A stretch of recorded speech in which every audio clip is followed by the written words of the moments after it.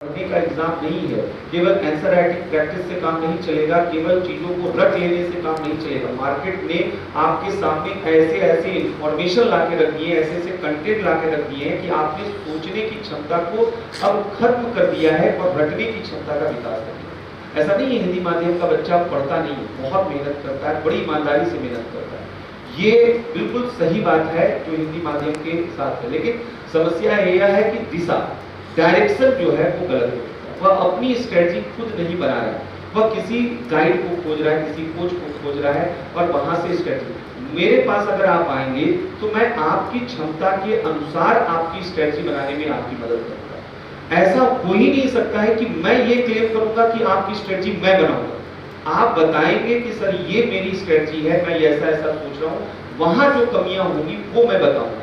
लेकिन यहाँ आपके एक्सपेक्टेशन क्या होते हैं कि आप आएंगे और कहेंगे कि आप बताइए कि क्या हमारी स्ट्रेटजी होनी चाहिए। नेक्स्ट ईयर आपको एग्जाम देना है, मई में नेक्स्ट ईयर प्रीलिम्स का एग्जाम जो है होना है। इसका सीधा सा मतलब है कि आपको इस साल दिसंबर तक पूरा मेंस आपको कवर कर लेना चाहिए। आपका जीएस और ऑप्शनल 2 सेगमेंट आपको दिसंबर के बाद जनवरी, फरवरी, मार्च, अप्रैल में अगर आप जीएस और ऑप्शनल मेंस के लिए इंडल्ज हैं, उलझे हुए हैं, तो आप कहां से प्रीलिम्स दे पाएंगे। एक ट्रैक में आप लोग उलझे हुए, लगातार कोचिंग कर रहे हैं और कोचिंग करने के दौरान आप जाकर प्रीलिम्स दे रहे हैं। कहां से प्रीलिम्स निकलेगा जब आपका माइंड ही फोकस नहीं है, जब 2 घंटे 4 घंटे कहीं और आप वहां पर दे रहे हैं, तो रिजल्ट कहां से पॉजिटिव आएगा। आपका एक स्ट्रेटजी होना चाहिए कि दिसंबर तक हमको सिलेबस कवर करना है।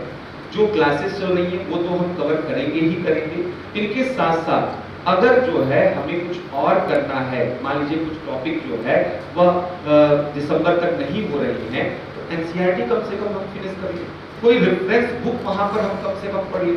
अभी आप जो है टेक्स्ट बुक पढ़ने की आदत भूल चुके हैं, आप क्या पढ़ते हैं, वही रेडीमेड मटेरियल्स बाजार ने जो बना कर दिया है, और वही कचरा सामान वहां पर, न कोई उसमें सही तरीके से रिसर्च हुआ है, न सही तरीके से वहां प्रेजेंटेशन है, क्लिष्ट भाषा में लिखा गया है, इररिलेवेंट मटेरियल वहां पर दिए गए हैं, लेकिन आप उसको पढ़े जा रहे हैं उनसे काम नहीं चलने वाला है।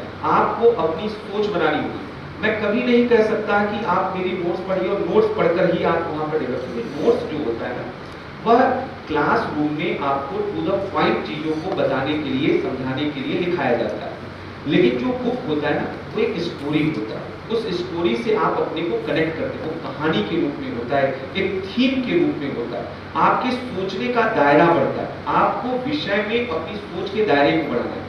और आपका माइंडसेट क्या है कि एक नोट्स मिल जाए, उसको रट ले, वहां से क्वेश्चन आ जाए और वो जाकर हम दे दें। ऐसा होगा ही नहीं।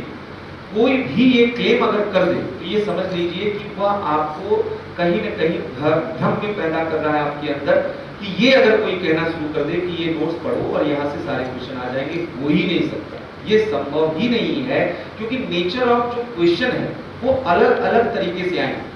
मैं दावा कर सकता हूँ कि आज अगर मेरा नोट कोई पढ़ेगा तो जो भी आयोग से प्रश्न आएंगे, मैक्सिमम क्वेश्चन आपको उससे जुड़े हुए मिलेंगे। ये मैं दावा करता हूँ, हर बार करता हूँ, इस बार भी करता हूँ, कभी भी क्वेश्चन आएगा आप वहां पर देख लीजिएगा।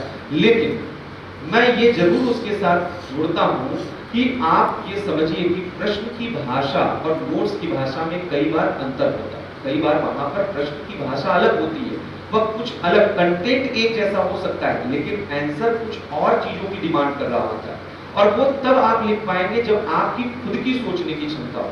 अगर आप केवल नोट्स रट के वहां पर लिखने जाएंगे तो आप केवल और केवल नोट्स की बातें वहां पर लिख के आ जाएंगे, लेकिन आंसर का जवाब नहीं आएगा। जो आंसर क्वेश्चन का जो जवाब है वो वहां पर आपको नहीं मिलेगा। तो इसलिए थोड़ा सिंसियर बनिए, थोड़ा गंभीर बनिए और अपनी स्ट्रेटजी बनाइए। हर महीने की आपकी स्ट्रेटजी होनी चाहिए, हर मंथ की आपकी स्ट्रेटजी होनी चाहिए, और अगला जो एग्जाम आप देने जा रहे हैं तब तक के बारे में आप सोचिए। आपको हर एक लेवल पे क्या प्रॉब्लम आने वाली है, क्या उसका सलूशन हो सकता है, उसका अनुमान लगाने की क्षमता अब आ जानी चाहिए। आप में से बहुत से लोग 1 महीने से, कोई 2 महीने से तैयारी कर रहा है, तो धीरे धीरे अब आप उस मोड में आ चुके हैं जहां पर आप इस एग्जाम के बारे में आप कोई कंक्लूजन ड्रॉ कर सकते हैं, आप स्ट्रेटजी बना सकते हैं। अब आगे अब स्ट्रेटजी बनाइए, कुछ समय अपने को दीजिए। हमने एक बार बोला भी था आपसे कि हर दिन रोजाना आप सोने के दौरान 10-15 मिनट डायरी लिखने का काम करिए, प्रैक्टिस करिए।